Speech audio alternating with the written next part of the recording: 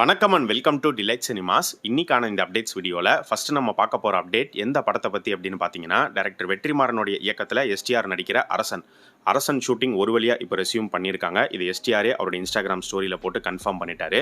இதுக்கு முன்னாடி அந்த பிரச்சனைலாம் போயிட்டு இருந்த வரைக்கும் பார்த்தீங்கன்னா, அரசன் செட்டில் வெற்றிமாறன் வந்து ராஜன் வகேரா ஷூட் பண்ணிட்டு இருந்தாரு. ஸோ அமீரா இருக்கட்டும், கிஷோர் இவங்கெல்லாம் வந்து ஷூட்டிங்கில் ஜாயின் பண்ணியிருந்தாங்க. அந்த ஸ்டில்லு கூட வந்து ரிலீஸ் ஆயிருந்துச்சு. ஸோ இப்போ அரசனுக்கு திரும்ப வந்துட்டாங்க. இதுக்கப்புறம் எந்த ஒரு தடையும் இல்லாமல் அரசன் ஷூட்டிங் பேக் டு பேக் ஃபாஸ்ட்டாக வந்து நடக்க ஆரம்பிக்கும்னு நினைக்கிறேன். ஸோ படத்தோடைய ரிலீஸ் பொறுத்த வரைக்கும் இந்த வருஷம் எண்டுக்குள்ளே ஃபெஸ்டிவல் ரிலீஸ் தான் டார்கெட் பண்ணுறாங்க. அது தீபாவளி ரிலீஸ் தான் மெயினாக டார்கெட் பண்ணுறாங்க அப்படிங்கிற மாதிரி நியூஸ் வந்துட்டு இருக்கு. ஸோ இந்த வருஷம் அரசனை ரிலீஸ் பண்ணிட்டு அடுத்த வருஷம் வந்து பார்த்தீங்கன்னா ராஜன் வகேரா ரிலீஸ் ஆகிற மாதிரி ஒரு பிளான்ல இருக்கு.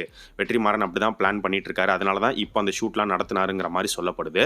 ஸோ இந்த வருஷம் அரசன், அடுத்த வருஷம் ராஜன் வகேரா, அதுக்கு அடுத்த வருஷம் 2028 வடச்சென்னை 2 வரும் அப்படிங்கிற மாதிரி சொல்லப்படுது. ஸோ எனக்கு தெரிஞ்சு மொத்தமாக இந்த வடச்சென்னை யூனிவர்ஸை ப்ராப்பராக கம்ப்ளீட் பண்ணி முடிச்சுட்டு தான் வெற்றிமாறன் அதுக்கு அடுத்த ப்ராஜெக்ட்டுக்கு போவாருன்னு நினைக்கிறேன். ஏன்னா இப்போ வரைக்குமே வந்து வெற்றிமாறன் வேற ஒரு ப்ராஜெக்ட் வந்து பண்ண போறாரு, இந்த ஹீரோ கிட்ட பேசிட்டு இருக்காரு அப்படிங்கிற மாதிரி எந்த ஒரு நியூஸும் இப்போதைக்கு வரல. மேபி இதுக்கப்புறம் வருமா என்னங்கிறது தெரியல.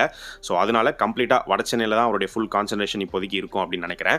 ஸோ பிளான் பண்ணபடி கரெக்டாக இந்த 3 படங்களுமே ரிலீஸ் பண்ணி முடிச்சிட்டாங்கன்னா ரொம்பவே நல்லா இருக்கும். இந்த அரசன் படத்தில் நிறைய பேர் வந்து நடிக்கிறாங்க. அதில் நிறைய கேஸ்டிங் வந்து பார்த்தீங்கன்னா வெற்றிமாறன் படத்தில் இவங்கெல்லாம் நடிக்கிறாங்களா அப்படிங்கிற மாதிரி தான் வந்து இருக்கும். அந்த வகையில் யோகி பாபு இந்த அரசன் படத்தில் வந்து ஜாயின் பண்ணியிருக்காரு, செகண்ட் ஷெட்யூல் ஜாயின் பண்ணாரு, நம்ம ஏற்கனவே சொல்லியிருந்தோம். இப்போ யோகி பாபுவே ஒரு மேடையில் வந்து பார்த்தீங்கன்னா அரசன் படத்தில் நான் இருக்கேன் அப்படிங்கிறத கன்ஃபார்ம் பண்ணியிருக்காரு. ஸோ அவருக்கும் எஸ்டிஆருக்கும் காம்பினேஷன் சீன்ஸ் இருக்கு. அந்த காம்போ நல்லா ஒர்க் அவுட் ஆயிருக்கு அப்படிங்கிறதுமே அவர் சொல்லியிருக்காரு. இதுவரைக்கும் நடந்த அரசன் ஷூட்டிங்ல, அதாவது இதுவரைக்கும் இவங்க எடுத்த ஃபுட்டேஜஸை வெற்றிமாறன் வந்து தனுஷ் கிட்ட காமிச்சிருக்காரு. தனுஷ் வந்து பார்த்தீங்கன்னா ஃபுட்டேஜஸ் பார்த்துட்டு நல்லா இருக்கு, சூப்பராக வந்திருக்கு அப்படின்னு சொன்னதாலாம் நியூஸ் வந்துட்டு இருக்கு. தனுஷோடைய கேமியோ இந்த படத்தில் எதிர்பார்க்கலாமா அப்படின்னு கேட்டிங்கன்னா அதுக்கான வாய்ப்புகள் ரொம்ப கம்மி தான். ஏன்னா அந்த மாதிரி இப்போ வரைக்கும் எந்த ஒரு நியூஸும் வரல. ஆனால் நிச்சயமாக அந்த அன்பு கேரக்டரோடைய ரெஃபரன்ஸ் அப்படிங்கிறது கண்டிப்பாக அரசன் படத்தில் எதிர்பார்க்கலாம். அது ஒரு இடத்துல மட்டும் இல்லை, ஒரு 2-3 இடத்துல கூட வரத்துக்கு வாய்ப்புகள் இருக்குது அப்படிங்கிற மாதிரி சொல்லப்படுது. எஸ்கே அடுத்து நடிக்க போகிற சேயோன் எடுத்துக்கிட்டோம் அப்படின்னா எலெக்ஷன் முடிஞ்சதுக்கு அப்புறமா தான் ஷூட்டிங் ஆரம்பிக்க போகிறாங்கன்னு நம்ம சொல்லியிருந்தோம். ஏப்ரல் 27 அப்படி இல்லைனா 28லேருந்து ஷூட்டிங் பிளான் பண்ணுறாங்க அப்படிங்கிற மாதிரி நியூஸ் வந்துருந்துச்சு. இப்போவும் பார்த்தீங்கன்னா மூவி டீம் அதே பிளானில் தான் இருக்காங்க. ஸோ வர மண்டே இல்லை டியூஸ்டே மதுரையில் ஷூட்டிங் வந்து ஸ்டார்ட் ஆகிடும். ஆனால் ஃபுல் ஃப்ளெஜ்டு ஷூட்டிங் கிடையாது. ஆக்சுவலாக பார்த்தீங்கன்னா ஒரு சின்ன க்ரூ தான் வந்து மதுரை போக போகிறாங்க. அங்கே போயிட்டு அவுட்டோரில் தான் வந்து ஒரு சில ஷூட் அப்படிங்கிறது நடக்க போகுது.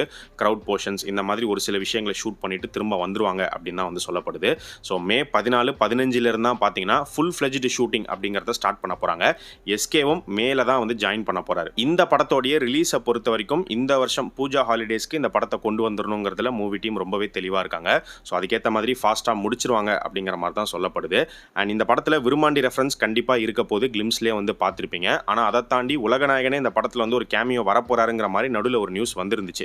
பட் இப்போ என்ன சொல்லப்படுதுன்னு பார்த்தீங்கன்னா இந்த படத்தில் உலகநாயகன் கேமியோலாம் எதுவும் இருக்க போகிறது கிடையாது. பட் ஆனால் அவருடைய ரெஃபரன்ஸ் நிறையவே எதிர்பார்க்கலாம் அப்படிங்கிற மாதிரி சொல்லப்படுது. நாளைக்கு ஆக்டர் சூர்யா நடிச்சிருக்கிற கருப்பு படத்தோடைய ஆடியோ லான்ச் மதுரையில் கிராண்டாக நடக்க போது மூவி டீம் அஃபிஷியலாக போஸ்டர் விட்டு கன்ஃபார்ம் பண்ணிட்டாங்க. ஸோ ஆடியோ லான்ச் வந்து பார்த்தீங்கன்னா நாளைக்கு ஈவினிங் 6 மணிலேருந்து ஸ்டார்ட் ஆகுது. ஆடியோ லான்ச் மட்டும்தான், ட்ரெய்லர் பற்றி எந்த ஒரு அப்டேட்டும் கொடுக்கல. ஸோ எனக்கு தெரிஞ்சு நம்ம ஏற்கனவே சொன்ன மாதிரி ட்ரெய்லர் வந்து பார்த்தீங்கன்னா தனியாக ஆடியோ லான்ச்லாம் முடிஞ்சதுக்கு அப்புறமா தான் வந்து ரிலீஸ் பிளான் பண்ணுவாங்கன்னு நினைக்கிறேன். மே ஃபர்ஸ்ட் வீக்குள்ளே ட்ரெய்லர் வரதுக்கு நிறைய வாய்ப்புகள் இருக்குது. அண்ட் இந்த படத்தில் ஆர்ஜே பாலாஜியும் நடிச்சிருக்காரு. ஸோ அவர் தான் வில்லன் மாதிரி வருவார் அப்படிங்கிற ஒரு நியூஸ் இருக்குது. த்ரிஷா தான் ஹீரோயினாக ப்ளே பண்ணியிருக்காங்க. ஆனால் த்ரிஷா வந்து பார்த்தீங்கன்னா ஒரு லவ் ட்ராக் அப்படிங்கிற மாதிரி இல்லாமல் அவங்களுமே ஒரு லாயர், அவங்களுமே ஒரு கேரக்டர், முக்கியமான ஒரு கேரக்டராக ப்ளே பண்ணியிருக்காங்க அப்படிங்கிற மாதிரி சொல்லப்படுது. ஸோ ஒரு rooted superhero style of ஃபிலிமாக தான் ஆர்ஜே பாலாஜி இந்த கருப்பு எடுத்திருக்காரு.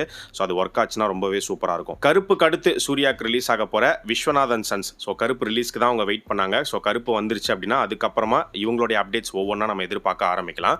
ஜூலை ரிலீஸுங்கிறத ஏற்கனவே கன்ஃபார்ம் பண்ணிட்டாங்க. எந்த டேட்டுங்கிறது மட்டும்தான் சொல்லலை, சீக்கிரமே அதையும் அனௌன்ஸ் பண்ணிடுவாங்க.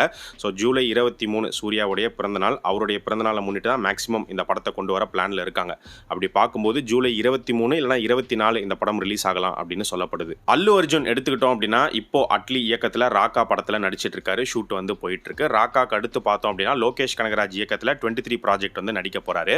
ஸோ 23 ப்ராஜெக்டை பொறுத்த வரைக்கும் அதில் வந்து ஒன் ஆஃப் த ரைட்டரா லோகேஷ் கூட சேர்ந்து ஒர்க் பண்ற ரத்னகுமார் அவர் என்ன சொல்லியிருக்காரு அப்படின்னு பார்த்தீங்கன்னா இந்த படம் வந்து ஒரு ப்ராப்பர் பேன் இண்டியன் ஃபிலிமாக இருக்கும். அல்லு அர்ஜுன் நடிக்கிறாரு அப்படிங்கிறதுனால மட்டும் இல்லை, கதையாகவே இது வந்து ஒரு ப்ராப்பர் பேன் இண்டியன் ஃபிலிமாக, ஒரு இன்டர்நேஷனல் வேல்யூ உள்ள ஒரு ஃபிலிமாக தான் வந்து உருவாயிருக்கு. அதில் அல்லு அர்ஜுன் இருக்காருங்கிறது ஒரு பெரிய அட்வான்டேஜ் தான் அப்படிங்கிற மாதிரி சொல்லியிருக்காரு. ஸோ இந்த படத்துக்கான ஒர்க் ஆல்ரெடி ஒரு 3 வாரம் வந்து டிஸ்கஷன்லாம் வந்து போச்சு. இப்போ மறுபடியும் மேலேருந்து ஒர்க் வந்து ஸ்டார்ட் பண்ணுறோம் அப்படிங்கிறத கன்ஃபார்ம் பண்ணியிருக்காரு. அண்ட் உங்கள் எல்லாருக்கும் தெரியும்னு நினைக்கிறேன், இப்போ அல்லு அர்ஜுன் பார்த்தீங்கன்னா மும்பையில் ஒரு luxurious 6000 square feet sea facing பென்ட் ஹவுஸை வந்து ரெண்ட்டுக்கு எடுத்திருக்காரு. ஸோ 5 பிஹெச்கே ஹவுஸ் அது 3 இயர்ஸ்க்கு வந்து அதை எடுத்திருக்காரு அப்படின்னு சொல்லப்படுது. மாத வாடகை வந்து 16 லட்சம். ஸோ அது எடுத்ததுக்கான காரணமே அவருடைய அடுத்தடுத்த ப்ராஜெக்ட்ஸ்க்காக தான். ஸோ மெயினாக இப்போ ராக்காவுடைய ஷூட்டிங் மேக்ஸிமம் பார்த்தீங்கன்னா மும்பையில் தான் வந்து நடந்துட்டு இருக்கு. மும்பையை தாண்டி வேற ஒரு சில ஏரியாஸில் வந்து எடுத்தாங்க, ஃபாரின் லொகேஷன்ஸ்லாம் போனாலுமே மேக்ஸிமம் மும்பையில் செட்டு போட்டு தான் எடுத்துட்டு இருக்காங்க. அதே மாதிரி இப்போ லோகேஷ் கனகராஜோடைய 23 ப்ராஜெக்ட்டுமே வந்து பார்த்தீங்கன்னா மேக்ஸிமம் போர்ஷன்ஸை மும்பையில் எடுத்து முடிக்கிற மாதிரி தான் பிளான் பண்ணியிருக்காங்க. ஸோ அதெல்லாமே மைண்டில் வச்சு தான் இப்போ அல்லு அர்ஜுன் வந்து அங்கே மூவ் ஆயிருக்காரு, அதாவது அங்கே ரெண்ட்டுக்கு எடுத்திருக்காரு அப்படின்னு சொல்லப்படுது. சியான் விக்ரம் எடுத்துக்கிட்டோம் அப்படின்னா இப்போ அடுத்து அவர் நடிக்கிற சியான் 63 மே ஃபர்ஸ்ட் வீக்லேருந்து ஷூட்டிங் போக போகிறாங்கன்னு நம்ம சொல்லியிருந்தோம். ரீசெண்டாக இப்போ தான் ப்ராஜெக்டை அனௌன்ஸ் பண்ணியிருந்தாங்க.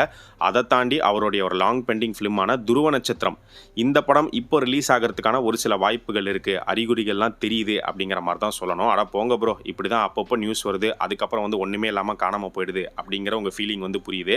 ஆனால் இப்போ உண்மையிலே பார்த்தீங்கன்னா கொஞ்சம் பாசிட்டிவான நியூஸ்லாம் வந்துட்டு இருக்கு. கடைசியாக கோர்ட்டில் இப்போ என்ன நடந்திருக்கு அப்படின்னு பார்க்கும்போது இன்வெஸ்டர்ஸ் வந்து இந்த படத்தை ரிலீஸ் பண்ண ஒத்துக்கிட்டாங்க. ஆனால் என்ன பேசிஸில் அப்படின்னா வர ப்ராஃபிட்ஸை வந்து ஈவனாக வந்து ஷேர் பண்ணிக்கணும் அப்படிங்கிற மாதிரி ஒரு டீல் பேசியிருக்காங்க அப்படின்னு சொல்லப்படுது. அதுவுமே வந்து இப்போ கௌதம் மேனன் படத்தை ரிலீஸ் பண்ணி அவருக்கு லாபம் வந்ததுக்கு அப்புறமா அவர் கொடுக்குற மாதிரிலாம் இல்லாமல் எஸ்க்ரோ அக்கௌண்ட் மூலியமாக பண்ணிக்கலாம் அப்படிங்கிற மாதிரி பேசியிருக்காங்க போல. எஸ்க்ரோ அக்கௌண்ட்னா ஒன்றும் கிடையாது, ஒரு தேர்ட் பார்ட்டி, அவர்கிட்ட தான் எல்லா பொறுப்பும் இருக்கும், அவர்கிட்ட தான் அந்த அக்கௌண்ட் இருக்கும். ஃபார் எக்ஸாம்பிள் அந்த தேர்ட் பார்ட்டிங்கிறது ஒரு பேங்காக இருக்கலாம், இல்லைனா வந்து கோர்ட் அப்பாயிண்ட் பண்ண ஒரு ஏஜென்ட்டாக இருக்கலாம்.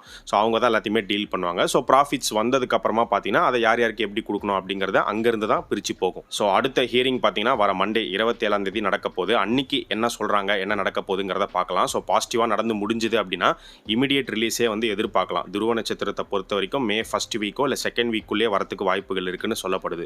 அது அப்படி பார்க்கும்போது ஒன்று மே 7ஆம் தேதி, அப்படி இல்லைனா மே 14ஆம் தேதி. மே 14ஆம் தேதி வர மாதிரி இருந்தால் கருப்போட கிளாஷ் ஆகிற மாதிரி இருக்கும். இதுக்கு நடுவில் ஜனநாயகன் படம் எடுத்துக்கிட்டோம் அப்படின்னா இப்போ அந்த படமும் மே மாதம் தான் வர மாதிரி இருக்குது. ஆக்சுவலாக ஏப்ரல் 30 பிளான் பண்ணுறாங்கன்னு நம்ம சொல்லியிருந்தோம். ஆனால் இப்போ எலெக்ஷன் முடிஞ்சிருச்சு, சென்சார் பற்றி எந்த ஒரு நியூஸும் அப்டேட்டும் வர மாட்டேங்குது. சென்சார் சர்டிஃபிகேட் வந்ததுக்கு அப்புறமா தான் மூவி டீம் வந்து ரிலீஸ் பிளான்ஸ்லேயே வந்து இறங்குவாங்க. ஸோ அட்லீஸ்ட் இப்போ என்ன யோசிக்கிறாங்க அப்படின்னா 30ஆம் தேதிக்குள்ளே இந்த சென்சார் ப்ராசஸ்லாம் முடிஞ்சிருச்சு அப்படின்னா மே ஃபர்ஸ்ட் வீக், மே 7ஆம் தேதி இல்லை 8ஆம் தேதி இந்த படத்தை கொண்டு வர பிளானில் இருக்காங்க அப்படின்னு சொல்லப்படுது.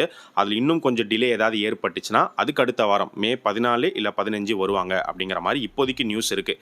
மே 14, 15 வந்தாங்கன்னா கருப்போட கிளாஷ் ஆகிற மாதிரி தான் இருக்கும்.